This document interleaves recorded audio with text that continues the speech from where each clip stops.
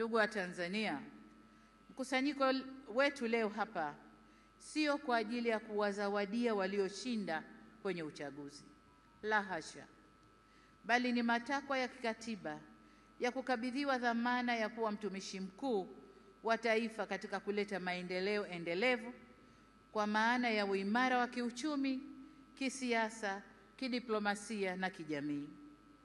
Ili tuweze kuyatimiza hayo, hatuna budi kuhakikisha tunahimizana umoja na upendo kwa nchi yetu.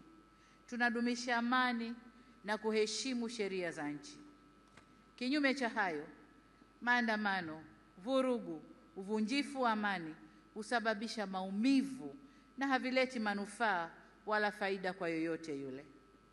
Ni wasihi wa Tanzania, tuchague hekima badala ya ghadhabu, busara badala ya mihemuko, upendo badala ya chuki, uvumilivu badala ya vinyongo, umoja badala ya mgawanyiko, na amani badala ya vurugu. Lakini vile vile ni wajibu wetu kuchagua unyenyekevu badala ya kiburi na huruma badala ya hasira. Taifa letu ni moja na lina nguvu zaidi kuliko mtu yoyote yule.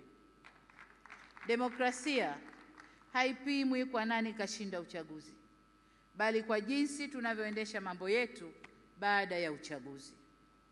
Tutakuwa na nguvu zaidi pale kila sauti chanya au hasi zitakaposikilizwa, kuheshimiwa na kuthaminiwa, na vile vile tunapoweza kuponya wenye maumivu.